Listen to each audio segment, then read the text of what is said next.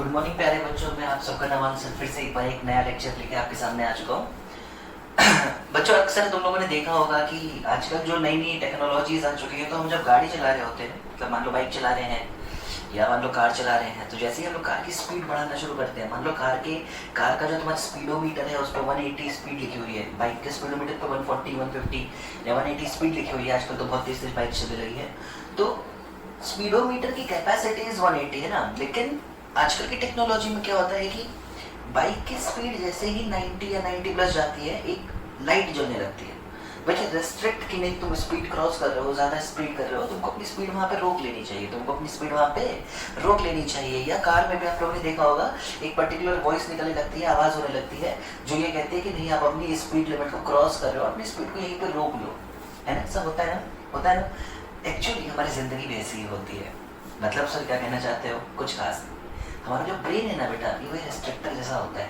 Actually हमारे brain की capacity कितनी है ये हम नहीं जानते, कोई नहीं जानता, सोच भी नहीं सकते। हद से ज़्यादा कैपेसिटी, हद से ज़्यादा। पर हम जब कोई भी काम करना चाहते हैं, एक्सरसाइज करना चाहते हैं, शुरुआत करते हैं, 5 मिनट करते हैं, हमारा ब्रेन बोलता है नहीं तू थक गया, तेरा शरीर थक गया, तुझे वहाँ रुकना होगा। हमारा पढ़ाई करने का मन करता है, हम पढ़ने बैठते हैं, 1 घंटा पढ़ते हैं, ब्रेन बोलता है नहीं तू थक गया, तुझे तो अब आराम करना होगा। तो हमारा ब्रेन हमेशा रेस्ट्रिक्ट करता है हमको। क्या करता है बच्चों? रेस्ट्रिक्ट करता है। क्या करता है? रेस्ट्रिक्ट करता है। अब मेरी बात बताओ, अगर आप लोग चलाते हो बाइक, में श्योर हूँ अगर आप लोग बहुत लोग चलाते हो या फिर कभी देखा होगा, 90 की स्पीड पे या 70 की स्पीड पे जब पहली बार रेस्ट्रिक्शन आता है कि रुक जाओ, स्पीड कम कर लो, तुम स्पीड क्रॉस कर रहे हो, करते हो क्या? हम तो 100 पार चले जाते हैं भाई, कारी में तो लोग 100 पार चले जाते हैं ना। तो यहाँ क्यों ब्रेन की बात मानते हो? मत माना करो।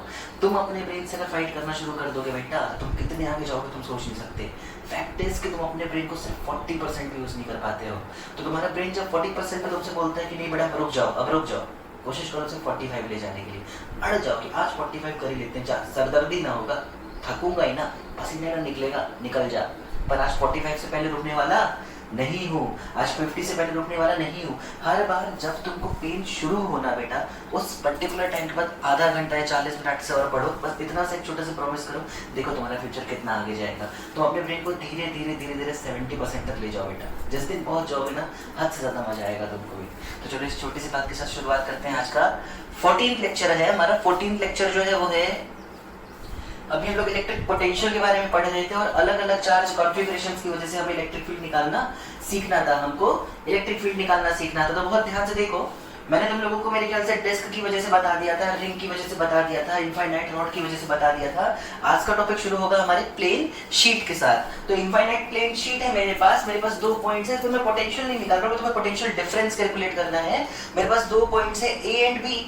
ए पॉइंट की शीट से दूरी है R1 एंड बी पॉइंट की शीट से दूरी है R2 के बराबर। मुझे VA माइनस VB कैलकुलेट करना है। चलो देखो कैसे करेंगे, बहुत ही आसान है। इलेक्ट्रिक फील्ड पता है सर, तो इलेक्ट्रिक पोटेंशियल निकालने में कोई बड़ी बात नहीं है। हम जानते हैं कि शीट से किसी भी x डिस्टेंस पर जो इलेक्ट्रिक फील्ड होती है सर, वो होती है सिग्मा अपॉन 2 एप्सिलॉन नॉट के बराबर। सिग्मा अपॉन 2 एप्सिलॉन नॉट के बराबर क्यों? मतलब ये x पर डिपेंड नहीं करती क्या? नहीं सर, ये डिस्टेंस पर डिपेंड करती ही नहीं है, ये तो कांस्टेंट इलेक्ट्रिक फील्ड है, ये तो कांस्टेंट इलेक्ट्रिक फील्ड है। चलो एक छोटी सी चीज बता देता हूँ, हालांकि गॉस लॉ के साथ दोबारा पढ़ाऊंगा। कभी तुमसे अगर एक प्लेन शीट के लिए ग्राफ पूछ ले, प्लेन शीट के लिए इलेक्ट्रिक फील्ड का ग्राफ पूछ ले, ध्यान से देखना मैं किसकी बात कर रहा हूँ, इलेक्ट्रिक फील्ड कि मैग्नीट्यूड का ग्राफ पूछ ले विद डिस्टेंस, बेटा ग्राफ कुछ ऐसा बनेगा, ग्राफ कुछ ऐसा बनेगा। क्यों? क्योंकि electric field does not depend on distance in case of a plane sheet, infinite plane sheet. तो फिलहाल टॉपिक पे लौट के आता हूँ। मुझे इलेक्ट्रिक फील्ड पता है सिग्मा अपॉन 2 एप्सिलॉन नॉट होती है, पर इलेक्ट्रिक फील्ड तो क्या माइनस dV बाई dr होती है?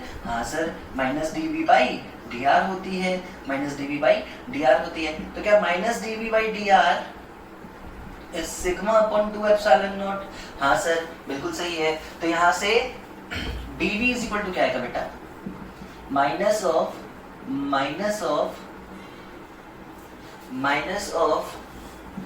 Integration of sigma upon 2 epsilon not dr। Minus of मतलब अगर मुझे लिटरली वो निकालना है, डेल्टा v निकालना है, तो मैं लिख सकता हूँ delta v is integration of dv is equal to minus of integration of sigma upon 2 epsilon not into dr। चलो सही लिमिट्स का अगर मैं इस्तेमाल कर लूं तो मेरा काम हो जाएगा।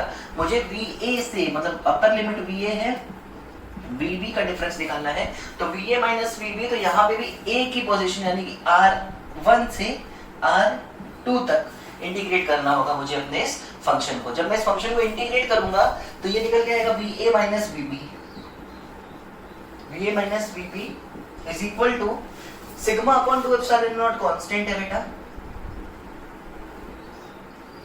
dr का इंटीग्रेशन आ जाएगा r, और हमको भूलना नहीं है बेटा बाहर एक क्या मौजूद है पहले से, माइनस। बाहर पहले से क्या मौजूद है बेटा, माइनस। तो देखो ध्यान से, हमारी जो लिमिट है r की वो कहां से कहां तक है, R2 से लेके R1 तक। जैसे इसको सॉल्व करूंगा ये आएगा VA minus VB, VA minus VB is equal to sigma upon 2 epsilon not position of B minus position of 1। देखो ध्यान से, A minus B is position of B minus position of 1, position of A, sorry. तो ये एक छोटा सा formula है, potential difference बताता है किसी भी इनफाइनाइट प्लेन शीट के लिए किन्हीं भी दो पॉइंट्स के बीच में, किन्हीं भी दो पॉइंट्स के बीच में। तो बहुत ही आसान सा डेरिवेशन था, ये कोई बहुत बड़ी बात नहीं है, कोई बहुत बड़ा रॉकेट साइंस नहीं है। तो ये सिंपल सा क्वेश्चन हो गया तुम्हारा, फिर सिंपल सा कॉन्सेप्ट हो गया, electric potential difference for a plane, infinite plane sheet. ठीक है, तो नेक्स्ट टॉपिक की तरफ चलते हैं बेटा। हम लोग को स्फेरिकल शेल और स्फीयर के बारे में पढ़ना है, आखिर इलेक्ट्रिक पोटेंशियल उनके लिए कहाँ पे कैसा होता होगा। मैं फिर से एक कहानी रिपीट कर देता हूँ बेटा, ध्यान से समझो।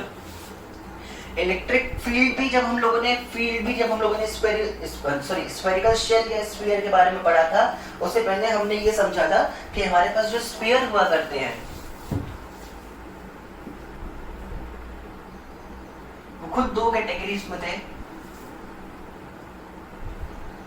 हॉलो और सॉलिड। इसमें भी दो कैटेगरी आया करती थी, अगर याद हो तुमको, हॉलो के साथ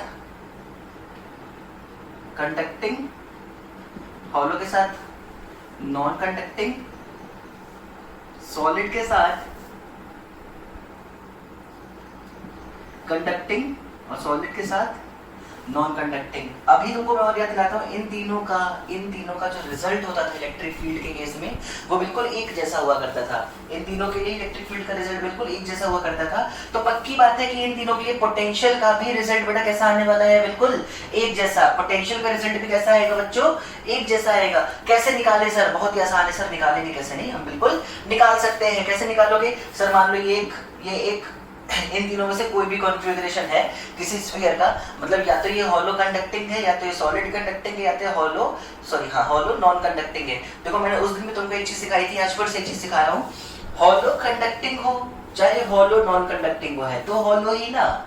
अगर हॉलो है तो अंदर मतलब कुछ नहीं है, और अंदर कुछ नहीं है तो वहां पे चार्ज एग्जिस्ट भी नहीं कर रहा होगा। तो अगर तुमने हॉलो स्फीयर को चार्ज दिया है, अगर हॉलो स्फीयर को चार्ज दिया है बेटा, तो वो हमेशा ही उसकी बाउंड्री पे या फिर उसके सरफेस पे ही आके रहता होगा, उसके सरफेस पर ही आके रहता होगा। तो बहुत ध्यान से देखो, बहुत ध्यान से देखो बेटा। इसकी वजह से मुझे मान लो पोटेंशियल निकालना है तीन पोजीशन पे। सबसे पहले मुझे निकालना है मान लो किसी पॉइंट जो कि आउटसाइड है,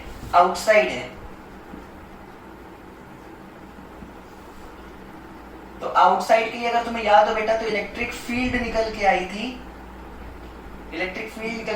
के क्यू बाई आर स्क्वायर। क्या याद आ रहा है बच्चों? हाँ सर बिल्कुल याद आ रहा है। क्या E बराबर के क्यू बाई आर स्क्वायर आया था? हाँ सर E बराबर के क्यू बाई आर स्क्वायर आया था। मतलब क्या minus of d v by d r, minus of d v by d r is k Q by are square.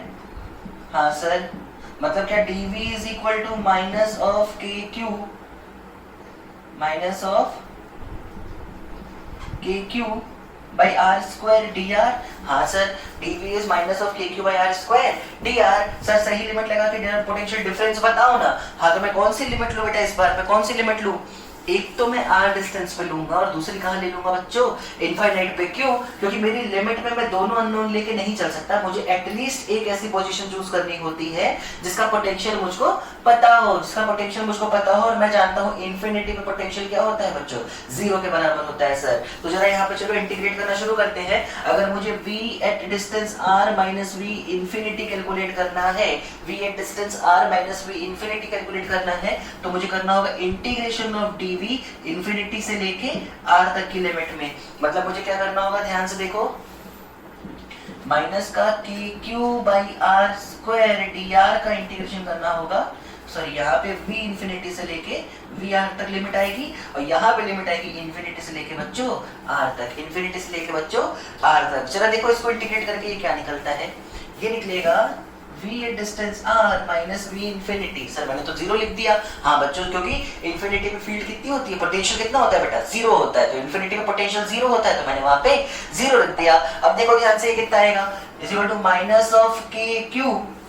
अगर 1/r² का इंटीग्रेशन पूछूं तो कुछ में से बहुत सारे बच्चों को रिजल्ट याद होगा, -1/r निकल के आता है। सर -1/r निकल के आता है, लिमिट लगा दो सर जरा एक बार, तो इंफिनिटी से r तक, इंफिनिटी से r तक। इसको सॉल्व करके देखोगे तो br निकल के आएगा kq/r के बराबर। तो इलेक्ट्रिक पोटेंशियल किसी भी बाहर वाले पॉइंट पे क्या होता है बच्चों, इलेक्ट्रिक पोटेंशियल किसी भी बाहर वाले पॉइंट पे, इन तीनों ही नहीं बल्कि चारों केस में, क्योंकि अगर तुम्हें याद हो तो नॉन कंडक्टिंग में भी बाहर और सरफेस का फॉर्मूला डिफरेंट नहीं होता था। अगर फॉर्मूला कुछ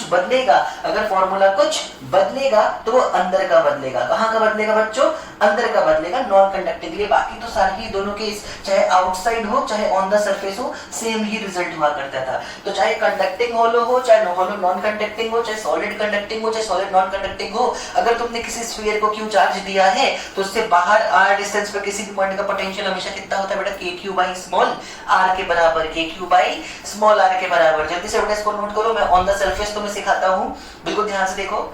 अगर मुझे ऑन द सरफेस निकालना हो, ऑन सरफेस मतलब एग्जैक्टली ऐसे पॉइंट पे जो बिल्कुल बाउंड्री पे यानी r डिस्टेंस पे ही हो, ठीक है। ऑन सरफेस की बात करता हूं। सर क्या जनरल फॉर्मूला इलेक्ट्रिक फील्ड का यही होता है? हाँ। क्या dv/dr? हाँ, सबको सही है। कुछ बदलना है क्या? हाँ बदलना है ना सर। इस बार जो आप r डिस्टेंस तक जा रहे थे वो r नहीं बल्कि कैपिटल R कर लो। क्या कर लो? कैपिटल R कर लो बस, और कुछ तो खास आपको बदलना है नहीं। तो ये निकल जाएगा v at capital R minus 0 is equal to जो भी लिखा हुआ है v at capital R is equal to minus का kq/r, प्लस का kq/r। तो देखो ध्यान से, हमारा फॉर्मूला कुछ खास नहीं बदला है। अगर मुझे बाहर किसी पॉइंट पे निकालना है तो kq/r, चार्ज को उसके साइन के साथ ही लिखना है बच्चों, भूलना नहीं। सरफेस पे निकालना है तो kq/R, जहां पे कैपिटल R ही उस स्फीयर का क्या होने वाला है बच्चों, रेडियस होने वाला है। उस स्फीयर का रेडियस होने वाला है, स्फीयर हो या स्फेरिकल शेल हो, उसका रेडियस होने वाला है। तो ऑन द सरफेस और आउटसाइड चारों ही केस में जो रिजल्ट होता है वो है kq/r या फिर kq/R। और देखो ध्यान से, बिल्कुल ध्यान से बच्चों, अगर मुझे इनसाइड की बात करनी हो तो असली कहानी शुरू होगी। अगर मुझे इनसाइड के लिए बात करनी है, देखो बच्चों,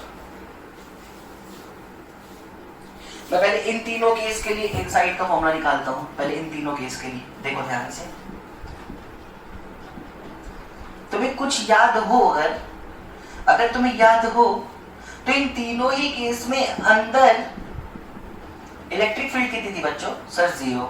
हमने पता किया था कि अंदर जब चार्ज ही नहीं है तो अंदर फील्ड होना पॉसिबल नहीं है। इसलिए तीनों ही केस में अंदर इलेक्ट्रिक फील्ड क्या थी बच्चों? 0 थी। अगर इलेक्ट्रिक फील्ड 0 थी तो बेटा मेरी बात ध्यान से समझना, अगर समझोगे तो ही फील होगा। क्या माइनस का dv/dr 0 था? हाँ सर, माइनस का dv/dr 0 था। अच्छा, किसी चीज का डिफरेंशिएशन 0 कब होता है बच्चों? किसी चीज का डिफरेंशिएशन कब होता है 0? जब वो फंक्शन खुद कैसा हो? कांस्टेंट हो। कैसा हो? कांस्टेंट हो। इसका मतलब क्या, अंदर का v हमेशा कांस्टेंट होना चाहिए था। अंदर का v हमेशा कांस्टेंट होना चाहिए था। इससे हमें क्या समझ में आता है, ध्यान से समझो कि v inside must be constant, v inside must be constant. Electric field potential हमेशा अंदर कांस्टेंट रहना चाहिए। अब ये कांस्टेंट कितना हो हमें ये पता करना है। मेरी बात सुनो, ये तुम्हारा मान लो कंडक्टिंग स्फीयर है। कंडक्टिंग सॉलिड हो चाहे कंडक्टिंग होलो हो या नॉन कंडक्टिंग होलो हो, तीनों ही केस के लिए एक ही चीज होती है। ध्यान से समझो, इसकी रेडियस मान लो r के बराबर है। मैं 2 पॉइंट लेता हूं, देखो ध्यान से, एक पॉइंट r/2 डिस्टेंस पे ले लेता हूं सरफेस से और एक एग्जैक्टली r पे लेता हूं। ये पॉइंट है a, ये पॉइंट है b। क्या एक बात सोच के बताओ, a से b तक के बीच कभी इलेक्ट्रिक फील्ड होगी? ए से बी तक के बीच कभी इलेक्ट्रिक फील्ड होगी? नहीं सर, नहीं होगी। अभी अभी आपने यही तो बताया है, अंदर इलेक्ट्रिक फील्ड क्या होती है सर? जीरो होती है। अंदर इलेक्ट्रिक फील्ड जीरो होती है, मतलब ए से बी के बीच कोई इलेक्ट्रिक फील्ड नहीं होगी। ए से बी के बीच कोई इलेक्ट्रिक फील्ड नहीं होगी। अब इसको दूसरे तरीके से सुनो, दो पॉइंट के बीच इलेक्ट्रिक फील्ड सिर्फ तब एग्जिस्ट नहीं कर सकती, दो पॉइंट्स के बीच बच्चों इलेक्ट्रिक फील्ड सिर्फ तब एग्जिस्ट नहीं कर सकती जब उन दोनों पॉइंट्स के बीच पोटेंशियल डिफरेंस एग्जिस्ट ना करता हो। मतलब अगर पोटेंशियल का डिफरेंस ही नहीं है, अगर पोटेंशियल का डिफरेंस ही नहीं है तो फील्ड वहां पे एग्जिस्ट करेगी ही नहीं। फील्ड होने के लिए पोटेंशियल में डिफरेंस होना बहुत ज्यादा जरूरी होता है। मतलब एक चीज कंफर्म है कि कोई भी पोटेंशियल डिफरेंस नहीं है अगर ए से बी के बीच, तो जो ए पॉइंट का पोटेंशियल होगा वो एक्चुअली बी पॉइंट के पोटेंशियल के बराबर होना चाहिए। जो ए पॉइंट का पोटेंशियल होगा वो बी पॉइंट के पोटेंशियल के बराबर होना चाहिए। क्या मैं ए को वी इन भी लिख सकता हूं क्या? हाँ सर, जो वी इन यानी कि अंदर पोटेंशियल होगा वो वी बी यानी कि सरफेस के पोटेंशियल के बराबर होना चाहिए। पर क्या सरफेस का पोटेंशियल मुझे पता है कि क्यू बाई आर होता है? हाँ सर, मुझे पता है कि क्यू बाई आर होता है, अभी अभी मैंने निकाला है। तो इसका मतलब क्या वी इनसाइड भी के क्यू बाई आर होगा? हाँ सर, उन तीनों ही केस के लिए अंदर का इलेक्ट्रिक पोटेंशियल भी के क्यू बाई आर ही होगा। इन तीनों ही केस के लिए अंदर का इलेक्ट्रिक पोटेंशियल भी बेटा के क्यू बाई आर ही होगा। तो एक बार इन तीनों के लिए रिजल्ट एक बार फाइनल चेक कर लेते हैं, ध्यान से देखो। तीनों के लिए रिजल्ट एक बार और देखो ध्यान से। देखो मैं रिजल्ट तुम्हें ग्राफ के साथ दिखाता हूं, फील ज्यादा आती है, ग्राफ हमेशा फील कराने का काम करता है। मान लो मेरे पास एक स्फीयर है, मान लो मेरे पास एक स्फीयर है, ये है उसका रेडियस r, इधर रिश्ता है वो मान लो रेडियस r।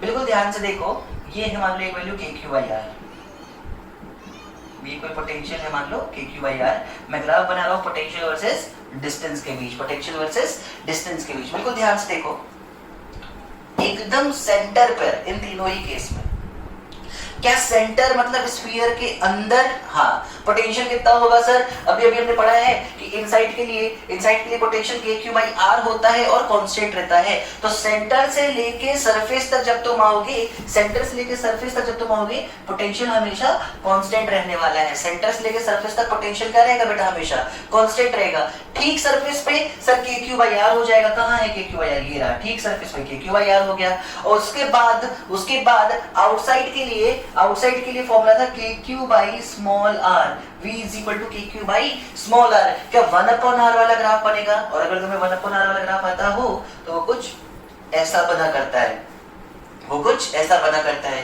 तो ये है वो ग्राफ जो तुम्हें इलेक्ट्रिक पोटेंशियल का मिलेगा। किन किन केसेस के लिए बेटा? यहाँ पे देखो v कांस्टेंट है, मैं लिख दे रहा हूँ v क्या है बेटा? कांस्टेंट है। और इस वाले ग्राफ में v is proportional to 1 upon r है। ध्यान देना, छोटी छोटी चीजें हैं, बहुत ही मायने रखती हैं, बहुत ही इंपॉर्टेंट हो जाती है। तो ये जो पोटेंशियल वर्सेस डिस्टेंस का ग्राफ है, कौन कौन से केस के लिए बेटा? Hollow conducting, hollow non conducting और सॉलिड कंडक्टिंग, इन तीनों के लिए यही एक रिजल्ट है जो हमको याद रखना होगा। इनसाइड के Q by capital are, on surface के क्यू बाई कैपिटल आर और आउटसाइड के क्यू बाई स्मॉल आर। मतलब जरूर अच्छे से तुम्हें फॉर्मूला याद होना चाहिए, जरूर ये ग्राफ तुम्हें बहुत अच्छे से क्लियर होना चाहिए। चलो जो नया इंपॉर्टेंट डेरिवेशन है उस पे आते हैं, एक इंपॉर्टेंट डेरिवेशन पे आते हैं, देखो ध्यान से।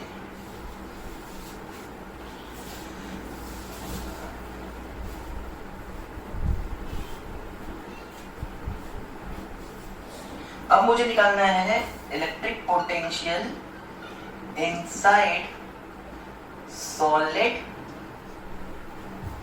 Non conducting sphere. पहले फील करो क्या डिफरेंस है, क्या डिफरेंस है पहले तो इसमें और उन तीनों स्फेरिकल कॉम्बिनेशंस में। एक्चुअली अगर नॉन कंडक्टिंग है बेटा तो चार्ज खुद से कभी फ्लो नहीं करता है। मतलब अगर एक सॉलिड नॉन कंडक्टिंग स्फीयर है तो उसमें पूरे अंदर से लेके बाहर तक चार्ज फैला होगा। तो अगर यूनिफॉर्मली डिस्ट्रीब्यूट किए थे स्टार्टिंग में तो, हालांकि सॉलिड कंडक्टिंग में चार्ज भाग जाया करता था सरफेस पे, चार्ज भाग जाया करता था सरफेस पे। इसका मतलब ये है कि इस बार जो है चार्ज हर जगह फैला हुआ है, तो मतलब मुझे चार्ज की डेंसिटी के टर्म्स में बातें करनी पड़ जाती है कई बार। याद करो, मैं तुम्हें दिखाता हूँ, ये अगर मान लो मेरा सॉलिड नॉन कंडक्टिंग स्फीयर है, ये मेरा बेटा सॉलिड नॉन कंडक्टिंग स्फीयर है अगर, और इसकी चार्ज डेंसिटी में अगर रो के बराबर मान लो, rho is charge per unit volume, तो रो के टर्म्स में मैंने तुम्हें पढ़ाया होगा, इलेक्ट्रिक फील्ड निकल के आई थी rho r by 3 epsilon not, rho r by 3 epsilon not, rho R by 3 epsilon not. ये इलेक्ट्रिक फील्ड का फॉर्मूला आया था। या अगर मैंने क्यू के टर्म्स में भी तुम्हें एक फॉर्मूला बताया होगा तो आया था K Q small are by K Q small are by capital R का cube, K Q small are by capital R का क्यूब। ये याद रखना, ये फॉर्मूले सिर्फ और सिर्फ कहाँ के लिए हैं? इनसाइड के लिए। बाहर के लिए तो वो वही फॉर्मूले आ जाएंगे भाई जो नॉर्मल स्क्वायर्स के लिए हुआ करते हैं। मतलब अगर बिल्कुल बाहर तो K Q by small R, surface पे तो K Q by capital are. अंदर के लिए इलेक्ट्रिक फील्ड का फॉर्मूला जो था वो ये था। मुझे निकालना है अंदर पोटेंशियल कैसे निकल सकता है। बिल्कुल ध्यान से देखो, फिर से तरीका तो सर बदल नहीं सकता, मेरे को तो एक ही तरीका आता है, मैं उसे से पढ़ूंगा। देखो चलो मैं इस फॉर्मूले से डिराइव करता हूं। क्या मैं लिख सकता हूं माइनस का dv by dr is actually k Q small are by capital R का क्यूब। हाँ सर लिख सकते हो ना, क्यों नहीं लिख सकते हो? माइनस का dv by dr is actually k Q small are by capital R का क्यूब। अब देखो ध्यान से, यहां से माइनस dv कितना आएगा? K Q by capital are cube R D R. बहुत ध्यान से देखना बेटा, क्योंकि एक ऐसी चीज बताने जा रहा हूं जो ज्यादातर बच्चे डेरिवेशन में गलती करते हैं। यहां से मुझे डेल्टा वी निकालना है। मतलब मुझे डेल्टा वी मेरे लिए क्या है? डेल्टा वी मेरे लिए है ऐसे दो पॉइंट जिसका पोटेंशियल मुझे पता हो। ऐसे दो पॉइंट जिसका पोटेंशियल मुझे पता हो। नहीं, ये गलत स्टेटमेंट है। सही स्टेटमेंट क्या है? बहुत ध्यान से सुनो, यही गलती होती है इस बार। डेल्टा वी ऐसे दो पॉइंट्स के बीच का पोटेंशियल डिफरेंस है जो अंदर सरफेस के लाई करते हो। जो कहां लाई करते हो बच्चों? अंदर करते हो, क्योंकि बाहर चले गए तो कहानी बदल जाएगी। या तो सरफेस पे ही हो या सरफेस से अंदर हो। तो मुझे डेल्टा वी लिखते समय हमेशा ऐसे दो पॉइंट्स के बीच का पोटेंशियल डिफरेंस कैलकुलेट करना होता है जो सरफेस या सरफेस के अंदर हो। तो देखो मैं एक काम करता हूं, फिगर में ध्यान से देखो। मैं यहां से एक पॉइंट लेता हूं स्मॉल आर दूरी पे ए, और एक पॉइंट लेता हूं बी एकदम एग्जैक्ट सरफेस पे। क्यों? क्योंकि मुझे फॉर्मूला एटलीस्ट एक ऐसा पॉइंट तो चाहिए ना, एटलीस्ट एक ऐसा पॉइंट तो चाहिए जिसका पोटेंशियल मुझे पता हो। तो मैं एक्चुअली क्या कैलकुलेट करने जा रहा हूं? VA माइनस VB कैलकुलेट करने जा रहा हूं। तो देखो इंटीग्रेशन करता हूं मैं यहां से, minus of integration of dV is equal to के Q by R cube integration of R dr। Sir limit तो बताओ। चलो तुम्हारी मर्जी है। अगर तुम्हें a से b का डिफरेंस निकालना है तो VB और ऊपर वाली लिमिट होगी VA। अब VA जहां लिखोगे वहां पे डिस्टेंस आएगी स्मॉल r, और VB जहां लिखोगे वहां पे डिस्टेंस आएगी बच्चों कैपिटल R। है ना? कोई दिक्कत नहीं सर? अभी तक कोई दिक्कत नहीं है। चलो और देखो ध्यान से, इसका इंटीग्रेशन करो, देखो क्या मिलेगा? ये मिलेगा minus of VA minus VB is equal to k cube by 2r cube r square. k cube by 2r cube r dr का इंटीग्रेशन बेटा r स्क्वायर होता है, r से लेके स्मॉल r तक, r से लेके बच्चों स्मॉल r तक। तो देखो बिल्कुल ध्यान से, ये निकल के आएगा माइनस ऑफ VA तो मुझे नहीं पता, पर VB के सरफेस का पोटेंशियल मुझे पता है के क्यू बाई आर होता है। हाँ सर मुझे पता है के क्यू बाई आर होता है। इज इक्वल टू के Q by 2r cube small r square minus capital R square. Small r square minus capital R square. इसको और अच्छे से लिखूंगा सर मैं, अभी साहब नहीं मानूंगा। तो VA माइनस के Q by R is equal to के q r square by 2r cube minus के Q small are square by 2r cube. इसमें कोई समस्या बच्चों? इसमें कोई समस्या नहीं सर, अभी तक कोई दिक्कत नहीं है। फाइंड क्या करना है सर? VA तो फाइंड करना है, मतलब लगभग मंजिल की तरफ पहुंचते हुए हम लोग। तो VA इज इक्वल टू आ जाएगा। अच्छा देखो बेटा, क्या मैं इसको ऐसे लिख सकता हूँ? क्योंकि देखो इधर सब r क्यूब में है ना, क्या मैं इसको r क्यूब और ऊपर r स्क्वायर से मल्टीप्लाई कर लूं, कोई फर्क पड़ेगा? नहीं सर, कोई फर्क नहीं पड़ेगा। और कोई फर्क नहीं पड़ेगा तो कैलकुलेशन हमारे लिए बहुत आसान होने वाली है। इसको मैं लिख लूंगा k q r square by 2r cube plus k q r square by r cube. इसको उधर ले जाना पड़ती, माइनस प्लस बन जाएगा ना। तो देखो क्या बचेगा, ये बनेगा 3/2 के q r square by r cube.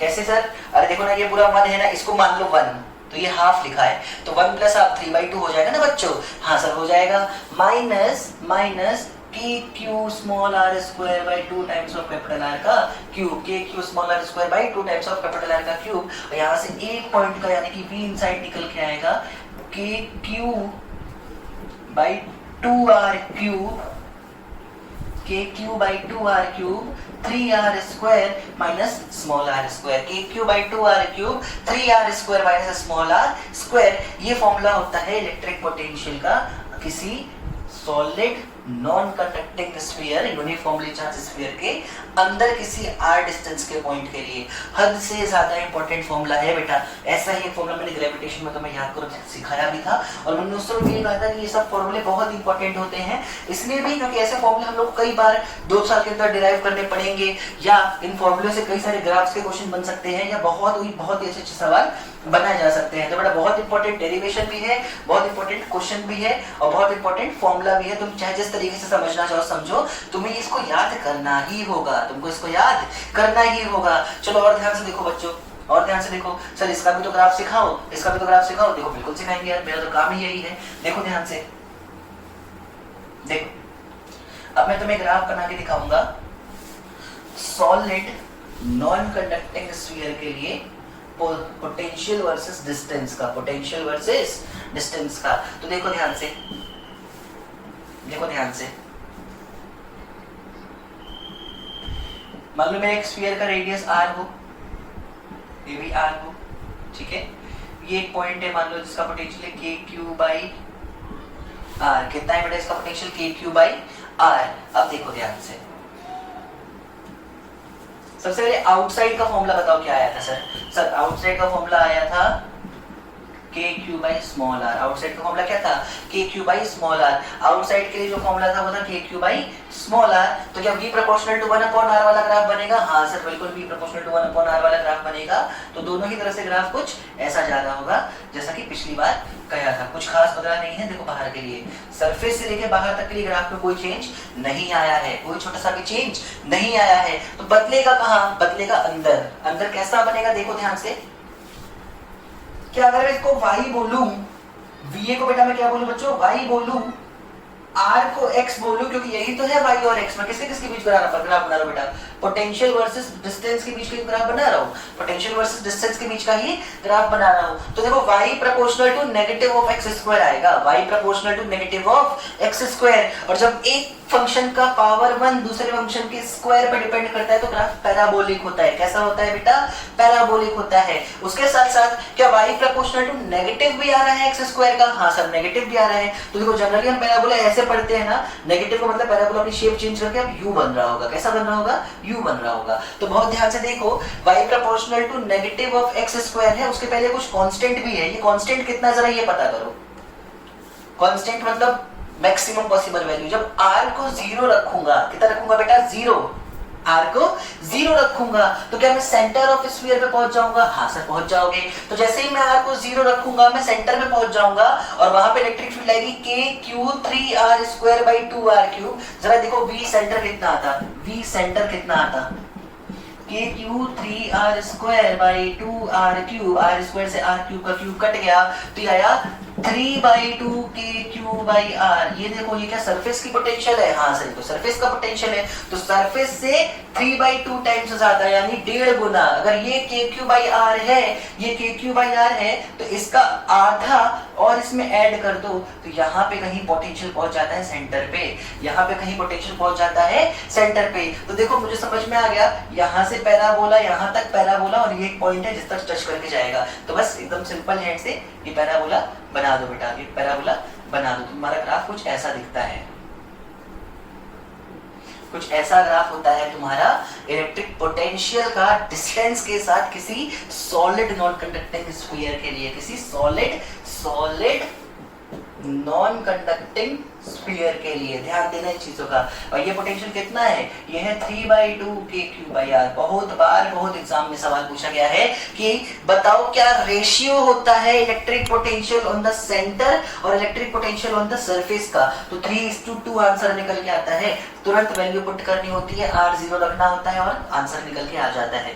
तो ये छोटा सा समरी था जिसमें हमने electric potential due to sphere या फिर स्फेरिकल शेल पढ़ा है हमने। 4 केस थे हमारे पास बेटा, मैं रिपीट कर देता हूँ। Solid conducting, solid non conducting, hollow conducting और हॉलो नॉन कंडक्टिंग का। हॉलो कंडक्टिंग हो, हॉलो नॉन कंडक्टिंग हो और सॉलिड कंडक्टिंग हो, इसके लिए फील्ड पोटेंशियल सारे ही रिजल्ट 3 के 3 फील्ड के 3 के फील्ड पोटेंशियल के बिल्कुल सेम होते हैं। और सॉलिड नॉन कंडक्टिंग में आउटसाइड और सरफेस का रिजल्ट बिल्कुल सेम रहेगा, सिर्फ इनसाइड के लिए फॉर्मूला चेंज हो जाता है। तो मेरी बात समझो, कोई बहुत बड़ी चीज नहीं है। कुल मिला के कितने 6 इलेक्ट्रिक फील्ड के और 6 पोटेंशियल के 12 फॉर्मूले हैं जो आपको अपने दिमाग में बैठा लेने हैं। प्लीज इन्हें बहुत अच्छे से याद करो, बाकी इतना अच्छे से नोट करो। मैं आता हूं आपके लिए नेक्स्ट टॉपिक लेके अपना।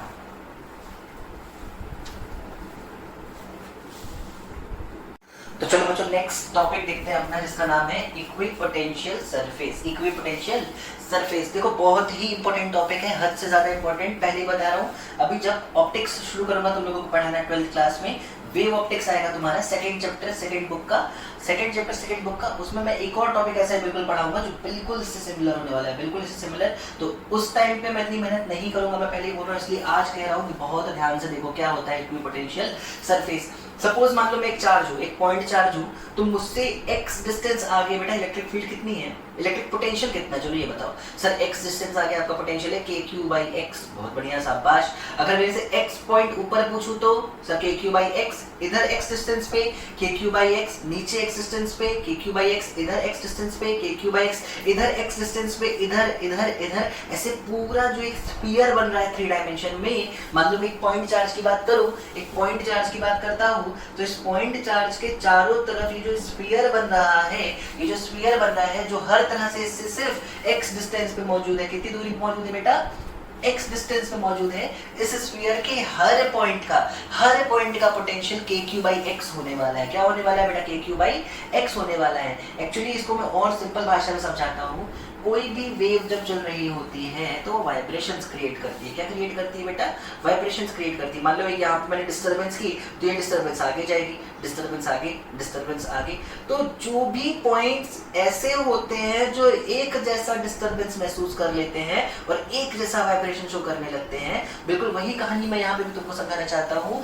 जो भी ऐसे पॉइंट्स होते हैं, जो मैंने वेव वाली बात की, एकदम ऑप्टिक्स वाली बात है, याद रखना, मैं उस दिन ऐसे याद दिलाऊंगा। जो भी पॉइंट्स हैं किसी x डिस्टेंस पे, उन सभी पॉइंट का पोटेंशियल क्या होने वाला है सर, kq/x होने वाला है। ऐसे सारे ही पॉइंट्स जो सेम पोटेंशियल पे होते हैं, ऐसे सारे ही पॉइंट्स जो सेम पोटेंशियल पे होते हैं, इन सारे पॉइंट्स को अगर मैं एक इमेजिनरी लाइन से ज्वाइन करूं, एक इमेजिनरी सरफेस बनाऊं इन सारे पॉइंट्स की मदद से, तो ये जो इमेजिनरी सरफेस बन के आने वाला है, that surface is going to be called as equipotential surface. तो इक्विपोटेंशियल सरफेस के बारे में 3-4 इंपॉर्टेंट पॉइंट है, यहाँ पे मत देखना है कुछ खास, मैंने बस छोटे-छोटे पॉइंट्स रखे हैं, मैं समझाऊंगा बहुत डिटेल में, वो लिखना है तुम्हें। पहला पॉइंट मैंने लिखा है लोकस। तो what is equipotential surface? Equipotential surface is the locus of all those points which have same potential. ऐसे सारे ही पॉइंट्स का लोकस जिनका पोटेंशियल क्या होने वाला है बच्चों, सेम होने वाला है, वो कहलाएगा इक्विपोटेंशियल सरफेस। वो क्या कहलाएगा बेटा, इक्विपोटेंशियल सरफेस। देखो हम लोग 3 मेन टाइप्स के इक्विपोटेंशियल सरफेस से डील करते हैं।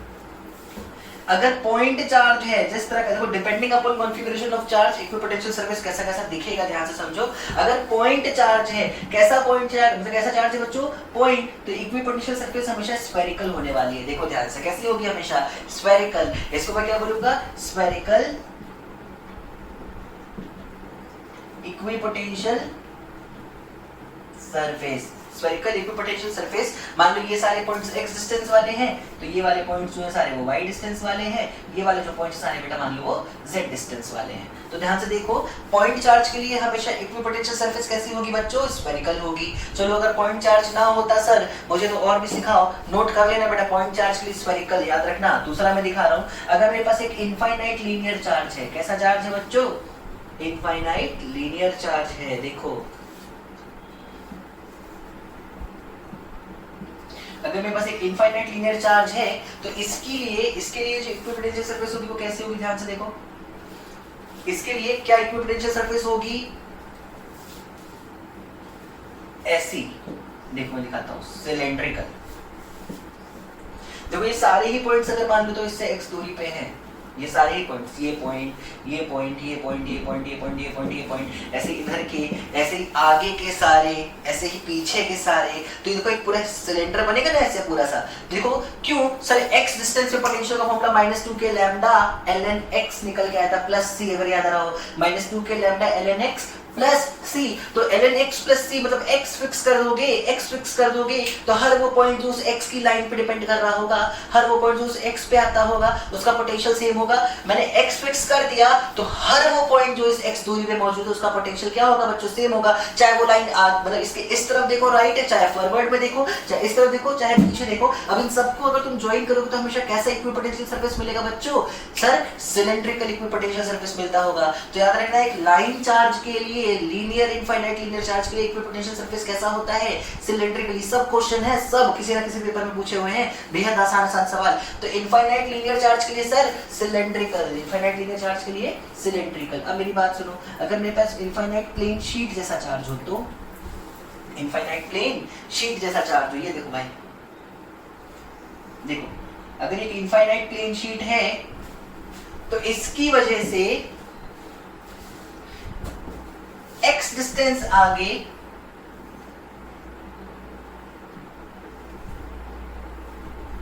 पोटेंशियल, सर अभी तो निकाला sigma r by 2 epsilon not का, यही आया था। हाँ सर आया था ना minus sigma r by 2 epsilon not, कुछ देर पहले निकाला था भाई पोटेंशियल डिफरेंस, आज की क्लास का शुरुआत यहीं से हुआ था।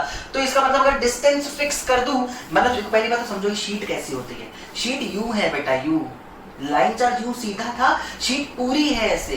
तो शीट के r डिस्टेंस आगे तुम चाहे यहां जाओ, चाहे यहां से r डिस्टेंस आगे जाओ, चाहे तुम पीछे से r डिस्टेंस आगे जाओ, ये सारे ही चीजें, चाहे तुम ऊपर से r डिस्टेंस आओ, तो ये सारी ही लाइंस मतलब एक ऐसा पूरा स्ट्रेट सरफेस ऐसा होने वाला है जिसके हर पॉइंट का पोटेंशियल बच्चों क्या हो जाएगा, सेम हो जाएगा। तो एक इनफाइनाइट प्लेन शीट अगर हमारे पास है, सिग्मा या माइनस सिग्मा जैसी भी, इसके लिए इक्विपोटेंशियल सरफेस भी शीट्स जैसी ही होती हैं। कैसी होती हैं बच्चों, शीट जैसी होती है। कैसी होती है बच्चों, शीट जैसी। देखो ये सारे एक डिस्टेंस पे, ये एक डिस्टेंस पे, तो ये हमारी इक्विपोटेंशियल सरफेस होने वाली है, ये हमारी इक्विपोटेंशियल सरफेस होने वाली है। तो देखो मैं फिर से रिपीट कर दूं, एक पॉइंट चार्ज के लिए स्फेरिकल इक्विपोटेंशियल सरफेस होगा, एक लीनियर चार्ज के लिए सिलेंड्रिकल होगा, और एक इनफाइनाइट प्लेन शीट के लिए शीट जैसा ही इक्विपोटेंशियल सरफेस होता होगा, शीट जैसा ही इक्विपोटेंशियल सरफेस होता होगा। मेरी बात सुनो, मेरी बात बिल्कुल ध्यान से समझना। इक्विपोटेंशियल सरफेस के बारे में और भी बातें कर लेते हैं। अभी मैंने सिर्फ 2 पॉइंट सिखाए हैं। पहला सिखाया था इक्विपोटेंशियल सरफेस आखिर होता क्या है, तो मैंने बताया कि लोकस होता है उन पॉइंट्स का जिनका पोटेंशियल सेम होता है। फिर मैंने आपको अलग अलग चार्ज कॉन्फ़िगरेशन के लिए कैसे कैसे शेप्स होते हैं इक्विपोटेंशियल सरफेस के, ये सिखा दिया। तीसरा पॉइंट जो मुझे आपको सिखाना है वो ध्यान से समझो। मान लो ये एक इक्विपोटेंशियल सरफेस है किसी पॉइंट चार्ज के लिए, तो जो इस A पॉइंट का पोटेंशियल होगा क्या वही इस B पॉइंट का होगा, हाँ सर तभी तो इक्विपोटेंशियल है। क्या वही इस C पॉइंट का होगा, हाँ सर तभी तो इक्विपोटेंशियल है। क्या D का भी, हाँ सर। कोई भी पॉइंट ले लो आप सरफेस पे, सबका पोटेंशियल क्या होने वाला है, सेम। सबका पोटेंशियल क्या होने वाला है, सेम। एक मिनट, अगर सबका पोटेंशियल सेम होने वाला है तो जरा बताओ कोई भी 2 पॉइंट के बीच पोटेंशियल डिफरेंस कितना होगा। सर A और C का डिफरेंस कितना होगा, सर B और D का डिफरेंस क्या होगा, A और D का, C और B का, कोई भी कॉम्बिनेशन ले लो, कोई भी पेयर ले लो, उन 2 पॉइंट्स के बीच पोटेंशियल डिफरेंस क्या होगा बच्चों, सर 0 होगा। जब इक्विपोटेंशियल है तो हर पॉइंट का पोटेंशियल सेम होगा, डिफरेंस क्या होगा, हमेशा 0। अब मेरी बात सुनो, अगर पोटेंशियल डिफरेंस 0 है तो मैं कोई मान ली कैपिटल Q चार्ज था जिसकी वजह से ये सरफेस बना था, तो एक स्मॉल q चार्ज को अगर मैं A से लेके B जाऊं, मैं A से लेके C चला जाऊं, मैं A से लेके D चला जाऊं, मैं A से लेके लौट के A पे आ जाऊं, मैं कुछ भी करूं, अगर इस इक्विपोटेंशियल सरफेस पे मैं दूसरे चार्ज को किसी भी पॉइंट से किसी भी पॉइंट पे ले जाऊंगा तो डेल्टा V हमेशा 0 होगा। और क्या आपको याद है, work done in moving a charge from point A to B इज Q डेल्टा V। जब डेल्टा V ही 0 है तो इसका मतलब इक्विपोटेंशियल सरफेस पे जब कोई चार्ज हम किसी एक पॉइंट से दूसरे पॉइंट पे ले जाते हैं तो उसके लिए हमें कभी कोई वर्क, हमें या इलेक्ट्रिक फील्ड को कभी कोई वर्क नहीं करना पड़ता। तो सेकंड पॉइंट ये कह रहा है कि since potential difference is 0, potential difference is 0, therefore on moving any charge from one point to other on a given equipotential surface, work done by electric field will always be 0. तो electric field कभी कोई work नहीं करता है किसी equipotential surface पे charge को एक जगह से दूसरी जगह पर ले जाने के लिए। चलो तीसरी और बहुत इंपॉर्टेंट बात, वर्क का जनरल फॉर्मूला क्या होता है सर? Force into displacement. नहीं बच्चा और अच्छे से बताओ, Fs cos theta. Sir Fs cos theta. चलो सुनो, इलेक्ट्रोस्टैटिक्स में force is QE into S into cos theta. जब मैं A पॉइंट से B पॉइंट पे जाता हूं, जब मैं A पॉइंट से B पॉइंट पे जाता हूं तो क्या डिस्प्लेसमेंट नहीं है? हाँ सर है। क्या इलेक्ट्रिक फील्ड नहीं है? हाँ सर है। इलेक्ट्रिक फील्ड है तो क्यू नहीं है क्या? अरे चार्ज को तो ले जा रहा तो क्यू भी है, तो क्यू भी है, ई भी है, एस भी है, cos थीटा। सर थीटा के बारे में कुछ सोचते हैं रुको, पर क्या वर्क 0 आने वाला है? सर अभी भी पिछले पॉइंट में प्रूव किया था। हाँ सर, वर्क कितना आया था? 0 आया था। तो मेरी बात सुनो, क्यू है, ई है, देखो जैसे ई क्यू है, सर कंफर्म कर दो, थोड़ा सा और क्लियर करो। ई है ये बात समझ में नहीं, क्यू है तो समझ में आया। सुनो, अभी हमने कहा था ना बेटा, ये दोनों अगर इक्विपोटेंशियल सरफेस है तो इस पॉइंट का पोटेंशियल होगा KQ/X, इस पॉइंट का होगा KQ/Y। KQ/X KQ/Y में डिफरेंस तो होगा। हाँ, तो इन दोनों पॉइंट्स में तो डिफरेंस है ना बेटा, इस पॉइंट के पोटेंशियल में और इस पॉइंट के पोटेंशियल में तो डिफरेंस है ना, तो इन दोनों के बीच तो इलेक्ट्रिक फील्ड होगी ना, ऐसे ही अंदर भी इलेक्ट्रिक फील्ड तो होगी ना। हाँ सर, इलेक्ट्रिक फील्ड होगी, वही मैं कहना चाह रहा हूँ, इलेक्ट्रिक फील्ड भी है, डिस्प्लेसमेंट भी हो रहा है, पर वर्क 0 है। ऐसा कब हो सकता है? जब ये चीजें 0 नहीं है तो पक्का ये 0 होता होगा। और cos थीटा 0 कब होता है बेटा? cos थीटा 0 कब होता है? जब थीटा 90 डिग्री होता हो, जब थीटा 90 डिग्री होता हो। देखो बहुत अच्छा सवाल है, कई लेक्चर 14 लेक्चर लग गए शायद उस चीज को याद करने में या समझने में, थोड़ा सा समझने में अभी कंप्लीट नहीं समझे हैं, जो हमने फर्स्ट या सेकंड लेक्चर में सीखा था कि इक्विपोटेंशियल सरफेस के लिए इलेक्ट्रिक फील्ड हमेशा सरफेस से परपेंडिकुलर होती है। कैसी होती है?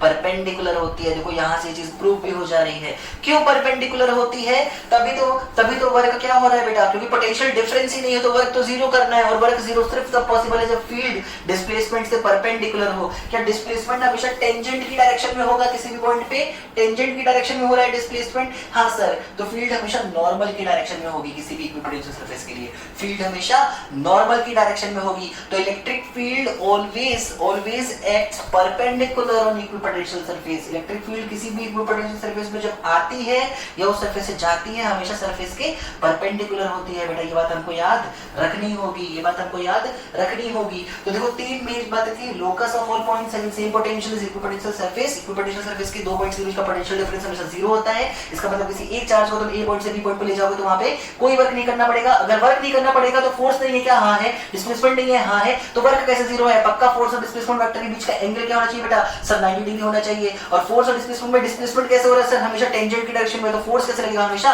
नॉर्मल की डायरेक्शन में। फोर्स कैसा लगेगा? हमेशा नॉर्मल की डायरेक्शन में। फोर्स नॉर्मल की डायरेक्शन मतलब Q * E नॉर्मल की डायरेक्शन में। Q तो स्केलर है, E नॉर्मल होगा सरफेस के। Electric field is always normal और परपेंडिकुलर टू इक्विपोटेंशियल सरफेस। ये बात समझ में आती है? हाँ सर, बहुत अच्छे से आपकी बातें समझ में आ रही है। और देखो ध्यान से, कुछ याद आ रहा है? कंडक्टर में इलेक्ट्रिक फील्ड, कंडक्टर के अंदर इलेक्ट्रिक फील्ड जब भी आती थी या जाती थी हमेशा परपेंडिकुलर होती थी। हाँ सर, याद तो आ रहा है बेटा, ये भी एक रीजन था क्योंकि कंडक्टर के भी हर पॉइंट का पोटेंशियल सेम हो जाता है, इसलिए अंदर कभी कोई फील्ड एग्जिस्ट नहीं करती और इसलिए अंदर कोई चार्ज भी एग्जिस्ट नहीं करता। मेरी बात सुनो सर, बात तो समझ में आई, सब समझ में आया, थोड़ा और समझाओ। मान लो मैं तुम्हें 2 इक्विपोटेंशियल सरफेस दिखाता हूँ पॉइंट चार्ज के लिए, बाकी भी कंप्लीट स्फीयर मैं बना नहीं रहा हूँ।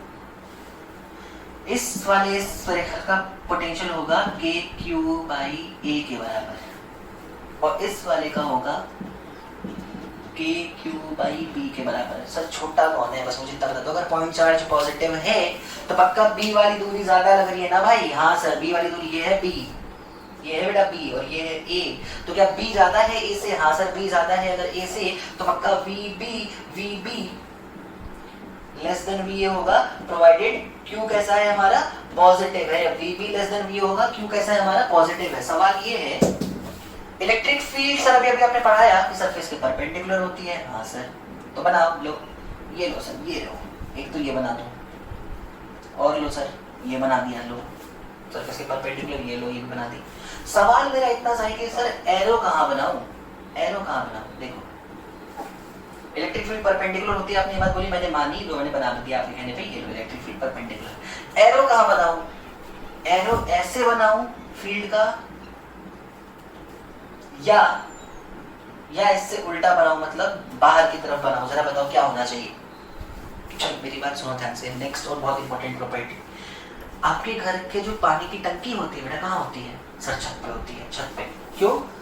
क्योंकि सब नीचे नल होते हैं, नल खोलते हैं तो पानी डायरेक्ट अपने आप चला आता है। हाँ बेटा ऐसा ही तो होता है। क्या आप ग्राउंड फ्लोर पर टंकी लगा के छत पे पानी ले जाते हो क्या बिना किसी मोटर के यूज किए? नहीं सर, ऐसा तो पॉसिबल नहीं है। या तो आपको मस्कुलर वर्क करना पड़ेगा या तो मैकेनिकल वर्क करना पड़ेगा वहां पे, तभी जाके नीचे से ऊपर पानी फ्लो करेगा। खुद से पानी हमेशा ऊपर से नीचे ही फ्लो करता है। खुद से हीट हमेशा हाई से लो टेम्परेचर ही फ्लो करती है। खुद से इलेक्ट्रिक फील्ड हमेशा हाई से लो पोटेंशियल ही फ्लो करेगी। याद रखना, electric field always moves from high potential to low potential. याद आ रहा हो? फिर एक पॉइंट दिखाता हूं मैंने, एक पॉइंट लिखा था इलेक्ट्रिक फील्ड हमेशा पॉजिटिव चार्ज से शुरू होती है, नेगेटिव पे खत्म होती है। तब मैंने ये बात बोली थी क्योंकि पॉजिटिव चार्ज का पोटेंशियल हमेशा नेगेटिव से ज्यादा होता है। जरा मुझे बताओ, ए का क्या KQ बाई B से ज्यादा है? मतलब क्या VA VB से ज्यादा है? तो इलेक्ट्रिक फील्ड हमेशा VA से VB की तरफ होगी। इलेक्ट्रिक फील्ड हमेशा VA से VB की तरफ होगी और ये होगी हमारी इलेक्ट्रिक फील्ड की डायरेक्शन। ये होगी हमारी इलेक्ट्रिक फील्ड की डायरेक्शन। तो चलो ये छोटा सा एक और कॉन्सेप्ट था जो हमको चौथा पॉइंट सीखने को मिला कि electric field always moves from higher potential to lower potential, higher potential to lower potential. चलो जरा मैं क्वेश्चन कराना और चाहता हूं इसके साथ। ये लास्ट क्वेश्चन होगा आज के लेक्चर का, बाकी नेक्स्ट लेक्चर में हम लोग देखेंगे। मुझसे कहता है किसी रीजन पे इलेक्ट्रिक फील्ड कुछ ऐसे है, कुछ ऐसे।